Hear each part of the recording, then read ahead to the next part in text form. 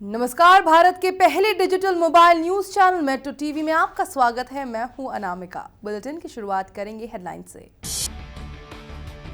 7 राज्यों को एनजीटी ने लगाई फटकार, कहा प्रदूषण पर पूरी जानकारी नहीं तो जारी होगा वारंट। कल तक का दिया समय। जाटों के आंदोलन की धमकी के बाद हरियाणा के 8 शहरों में लगी धारा 144। मुनक नहर की बढ़ाई गई सुरक्षा, सरकार जाएगी अदालत की शरण में। 5 देशों की यात्रा पर 4 जून को पीएम मोदी होंगे रवाना। अमेरिका में संयुक्त सत्र को करेंगे संबोधित। अफगानिस्तान में करेंगे सलमा बांध का उद्घाटन। यूपी में विधानसभा चुनाव से पहले बीजेपी की सीएम के नाम पर माथापच्ची जारी। पूर्व मुख्यमंत्री कल्याण सिंह पर दांव लगा सकती है पार्टी। स्मृति ईरानी नहीं होगी चेहरा। और पाकिस्तानी गायिका और अभिनेत्री सलमा आगा को मिल सकता है भारत का तोहफा। ओवरसीज सिटीजन ऑफ इंडिया के लिए दिया है आवेदन। राजनाथ से करेंगी मुलाकात। 7 राज्यों के 15 शहरों में बढ़ते प्रदूषण के मामले में दायर अर्जी पर सोमवार को नेशनल ग्रीन ट्रिब्यूनल में सुनवाई हुई। सेंट्रल पोल्यूशन कंट्रोल बोर्ड ने 15 शहरों के एयर क्वालिटी का डाटा एनजीटी को सौंपा। एनजीटी ने कड़ी नाराजगी जताते हुए कहा, सभी राज्यों के वकील अगर मंगलवार तक ये नहीं बता पाए कि उनके राज्य का कौन सा शहर सबसे ज्यादा प्रदूषित है, तो राज्य के चीफ सेक्रेटरी के खिलाफ वारंट जारी कर दिया जाएगा। हेवी इंडस्ट्रीज मिनिस्ट्री ने 11 बड़े शहरों में डीजल गाड़ियों को बैन नहीं किए जाने के लिए एनजीटी में इंटरवेंशन एप्लीकेशन दी थी। जिन शहरों का डाटा मांगा गया है उसमें लखनऊ, पटना, पुणे, बेंगलुरु, चेन्नई, कोलकाता, मुंबई, कानपुर, जालंधर, वाराणसी, अमृतसर शामिल हैं। प्रधानमंत्री नरेंद्र मोदी 4 जून से 5 देशों की यात्रा पर जाएंगे। प्रधानमंत्री अपनी यात्रा अफगानिस्तान से शुरू करेंगे, जिसके बाद वो कतर, स्विट्जरलैंड, अमेरिका और मेक्सिको जाएंगे। अफगानिस्तान में पीएम मोदी भारतीय वित्त पोषित सलमा बांध का उद्घाटन करेंगे, जिसका निर्माण 1400 करोड़ रुपए की लागत से हुआ है। अफगानिस्तान के बाद मोदी ऊर्जा संपन्न कतर जाएंगे और वहां से वह स्विट्जरलैंड की यात्रा पर जाएंगे। कतर की 2 दिवसीय यात्रा के दौरान मोदी कतर के अमीर शेख तमीम बिन हमाद अल थानी के साथ व्यापक द्विपक्षीय मुद्दा पर चर्चा करेंगे, जिसमें आर्थिक संबंधों को गति देने के लिए विशेष तौर पर हाइड्रोकार्बन क्षेत्र शामिल है। बटला हाउस एनकाउंटर के मामले में दिग्विजय सिंह के बयान के विरोध में सोमवार को बीजेपी कार्यकर्ताओं ने कांग्रेस अध्यक्ष सोनिया गांधी के आवास का घेराव किया। बीजेपी कार्यकर्ताओं ने कांग्रेस विरोधी नारे लगाए। बीते सप्ताह कांग्रेस महासचिव दिग्विजय सिंह ने ये कहते हुए सियासी गलियारे में हलचल मचा दी थी कि 2008 में हुआ बटला हाउस एनकाउंटर फर्जी था। हालांकि दिग्विजय के बयान के ठीक एक दिन बाद पूर्व केंद्रीय मंत्री शिवराज पाटिल ने इस दावे को खारिज कर दिया और कहा कि 2008 में हुआ बटला हाउस एनकाउंटर फर्जी नहीं था। 19 सितंबर 2008 को ये ऑपरेशन इंडियन मुजाहिदीन के आतंकियों के खिलाफ चलाया गया था, जिसमें 2 संदिग्ध आतंकी मारे गए थे और 2 को गिरफ्तार किया गया था। उत्तर प्रदेश में अगले ही साल विधानसभा चुनाव होने हैं। इसे लेकर यूपी की राजनीति गरमाई हुई है। इस बीच बीजेपी ने इस चुनाव में बड़ा दांव खेलने को तैयार है। सूत्रों की माने तो यूपी में स्मृति ईरानी पार्टी का चेहरा नहीं होगी, बल्कि चर्चा है कि बीजेपी ने कल्याण सिंह पर दांव लगाने का फैसला कर लिया है। हालांकि ये भी कहा जा रहा है कि कल्याण सिंह सिर्फ प्रचार कार्य का नेतृत्व करेंगे, सीएम पद के दावेदार नहीं होंगे। यूपी को लेकर पार्टी की बैठक मोदी ने की थी, जिसमें जेटली ने प्रस्ताव दिया कि मायावती के मुकाबले पिछड़ों के नेता कल्याण सिंह को ही सामने लाना चाहिए, जिसका अमित शाह ने समर्थन किया था। बिहार में राज्यसभा और विधान परिषद चुनाव को लेकर पार्टियों की ओर से उम्मीदवारों ने अपना अपना नामांकन दाखिल किया। आरजेडी की ओर से प्रसिद्ध अधिवक्ता और पूर्व बीजेपी नेता राम जेठमलानी और मिसा भारती ने नामांकन किया। वहीं मुख्यमंत्री नीतीश कुमार की मौजूदगी में जेडीयू की ओर से शरद यादव और आरसीपी सिंह ने अपना नामांकन दाखिल किया। मौके पर लालू प्रसाद यादव और उप मुख्यमंत्री तेजस्वी यादव के अलावा शिक्षा मंत्री और स्वास्थ्य मंत्री तेज प्रताप यादव भी मौजूद रहे। राबड़ी देवी और लालू प्रसाद यादव भी पूरी प्रक्रिया के दौरान वहां रहे। हरियाणा में फिर जाट आरक्षण की मांग को लेकर आंदोलन गहराने वाला है। जाट समर्थकों ने 5 जून तक का अल्टीमेटम सरकार को दिया है। अभी राज्य के 8 शहरों में धारा 144 लागू कर दिया गई है। इसके अलावा 6 शहरों में CISF को तैनात कर दिया गया है। मुनक्ष नहर की सुरक्षा भी बढ़ा दी गई है। वहां CRPF के जवानों को तैनात कर दिया गया है। इस नहर से दिल्ली को पानी मिलता है। सरकार ने सोनीपत और रोहतक में भी सुरक्षा कड़ी कर दी है। इस बीच खबर मिली है कि राज्य सरकार जाट आरक्षण मसले पर आज पंजाब एवं हरियाणा हाईकोर्ट में एक याचिका दायर करने वाली है। जाट बहुल 7 जिलों में अर्धसैन्य बलों की 10 कंपनियों को तैनात किया गया है। खुफिया एजेंसियों को सतर्क कर दिया गया है और दिल्ली की लाइफलाइन पश्चिमी यमुना नहर पर भी सुरक्षा बढ़ा दी गई है। पाकिस्तान मूल की मशहूर बॉलीवुड गायिका और अभिनेत्री सलमा आगा आज गृह मंत्री राजनाथ सिंह से मुलाकात करने वाली है।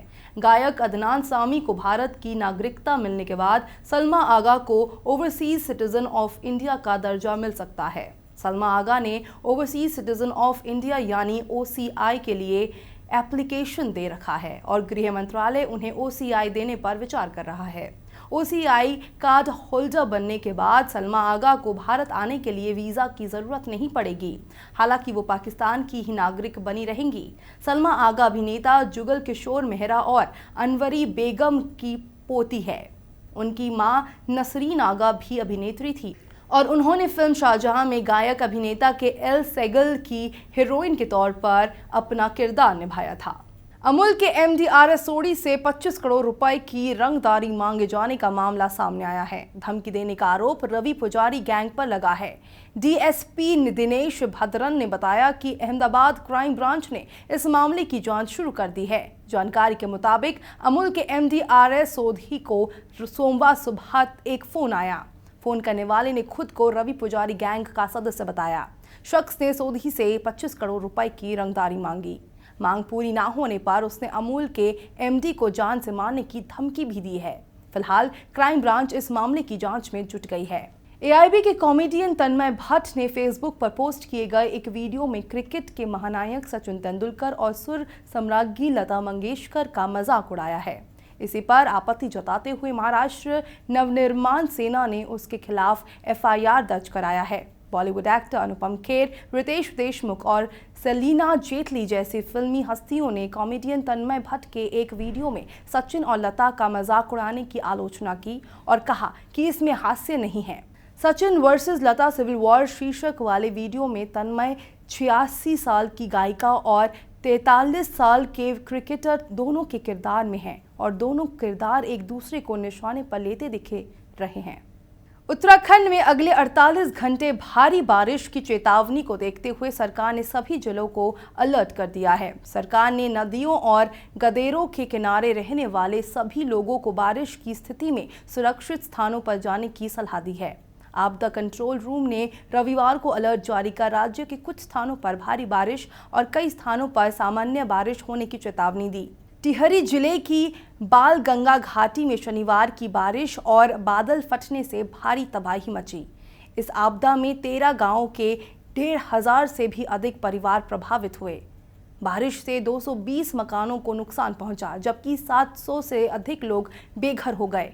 बेघरों को 3 राहत शिविरों में ठहराया गया है। वहीं राज्य भर में 3 लोगों की मौत हो गई, जबकि 3 लापता बताए गए हैं। शिवसेना ने महाराष्ट्र से पी चिदंबरम को राज्यसभा भेजने के कांग्रेस के फैसले पर सवाल उठाए हैं। शिवसेना ने कहा कि ऐसा करके कांग्रेस न सिर्फ चिदंबरम को जबरन महाराष्ट्र की जनता पर लाद रही है, बल्कि अपने पैर पर पत्थर मार रही है। पार्टी के मुखपत्र सामना में छपे संपादकीय में शिवसेना ने लिखा कि ईश्वर जहां मामले में मिट्टी खाने वाले पी चिदंबरम को कांग्रेस ने राज्यसभा के लिए महाराष्ट्र पर लादा है। शिवसेना ने कहा, जिस नेता पर आर्थिक हेराफेरी की जांच चल रही है और जो ईश्वर जहां मामले में हुई गड़बड़ी में शामिल है, उस चिदंबरम पर अपना हाथ रखकर कांग्रेस गलती कर रही है। दिल्ली में अफ्रीकी नागरिकों पर हमले का मामला गर्माता जा रहा है। प्राप्त जानकारी के अनुसार दिल्ली में हुई अफ्रीकी छात्र की हत्या को लेकर अफ्रीकी छात्रों के विरोध प्रदर्शन को दिल्ली पुलिस की अनुमति नहीं मिली है। ये प्रदर्शन कल होना है। परिवार वालों से सोमवार को जॉइंट सेक्रेटरी ने मुलाकात की और बताया कि मृतक के शव को भेजने का खर्चा भारत सरकार उठाएगी। हमले के आरोप के बाद नाराजगी के माहौल के बीच मामले में कथित संलिप्तता को लेकर 5 लोगों को गिरफ्तार किया गया है, जबकि गृह मंत्री राजनाथ सिंह ने पुलिस को हमलावरों के खिलाफ कड़ी कार्रवाई करने का और अफ्रीकी नागरिकों की बसावट वाले इलाकों में गश्त तेज करने को कहा है। विदेश राज्य मंत्री वीके सिंह ने ट्वीट कर कहा, दिल्ली पुलिस के साथ विस्तृत चर्चा हुई है और पाया गया है कि राजपुर गुर्द में मामूली झड़प को मीडिया ने अफ्रीकी नागरिकों पर हमले के तौर पर पेश किया। यूपी के सीएम अखिलेश यादव का अपनी पार्टी के पूर्व बाहुबली सांसद अतीक अहमद के साथ का एक वीडियो इन दिनों सोशल मीडिया पर वायरल हो रहा है। इस वीडियो में बाहुबली नेता अतीक अहमद एक सरकारी कार्यक्रम में सीएम अखिलेश यादव से कुछ बात करने के लिए उनके करीब पहुंचते हैं, लेकिन सीएम अखिलेश कोई बात करने के बजाय उन्हें हाथ से पीछे ढकेलते हुए दिखाई देते हैं। इतना ही नहीं, अतीक को हाथ से पीछे ढकेलने के बाद सीएम अखिलेश नाराजगी जताते हुए पार्टी के विधायक से कुछ कहते नजर आ रहे हैं। कयास ये लगाया जा रहा है कि चुनाव से ठीक पहले सार्वजनिक मंच पर बाहुबली छवि के नेता को झिड़क कर सीएम अखिलेश यादव ये संदेश देना चाहते हैं कि उनकी पार्टी में अब दागी नेताओं को पहले जितनी तवज्जो नहीं मिल सकेगी। दिल्ली के मोतिया खान में बीती रात आंधी बारिश में मकान की दीवार गिरने से एक बच्चे की मौत हो गई। उड़ानों पर भी खराब मौसम की मार पड़ी। खराब मौसम के चलते रात 11:30 बजे तक 27 फ्लाइट लेट हुई या उन्हें डाइवर्ट किया गया। कर्नाटक से लौट रहे पीएम मोदी की फ्लाइट भी आंधी के चलते दिल्ली में नहीं उतर पाई और उन्हें जयपुर जाना पड़ा। पीएम मोदी जयपुर एयरपोर्ट पर प्लेन में ही बैठे रहे थे। राजस्थान की मुख्यमंत्री वसुंधरा राजे प्लेन में ही जाकर उनसे मिली थी। प्लेन 9:20 पर जयपुर एयरपोर्ट पर पहुंचा और 11:20 पर जयपुर से दिल्ली के लिए उड़ान भर सका। बिहार पुलिस भले ही नेपाल के कारोबारी सुरेश केडिया को 3 दिन बाद अपहरणकर्ताओं के चंगुल से अपने दम पर छुड़ाने का दावा कर रही है, लेकिन केडिया के पारिवारिक सूत्रों की माने तो उन्हें आज़ाद कराने के लिए अपहरणकर्ताओं को 10 करोड़ रुपए की फिरौती दी गई थी।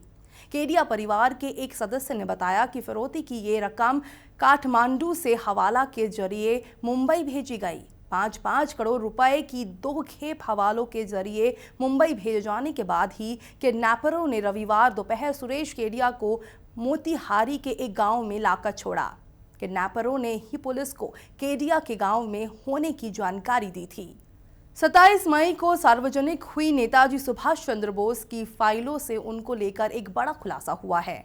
इनमें से एक फाइल से संकेत मिल रहे हैं कि नेताजी 1963 में उत्तर बंगाल के सालुमरी आश्रम में के भंडारी के नाम से रहते थे।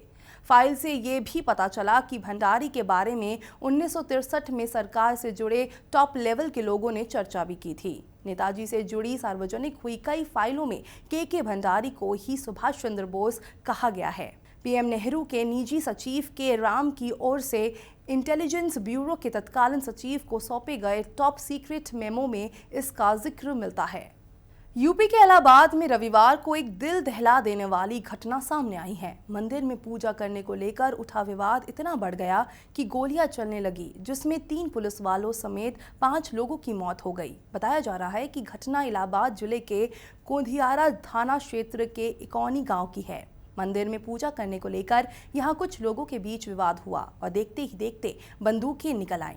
गोलीबारी में एक दरोगा, एक रिटायर्ड दरोगा और एक सिपाही समेत कुल 5 लोगों की मौत हो गई। वारदात के बाद से इलाके में तनाव है। पुलिस ने मामले में 6 लोगों को हिरासत में लिया है। तनाव को देखते हुए इलाके में पीएससी तैनात की गई है। खबरों के सफर में फिलहाल इतना ही। देश दुनिया की पल पल की खबरें जानने के लिए आप बने रहिए मेट्रो टीवी के साथ। नमस्कार।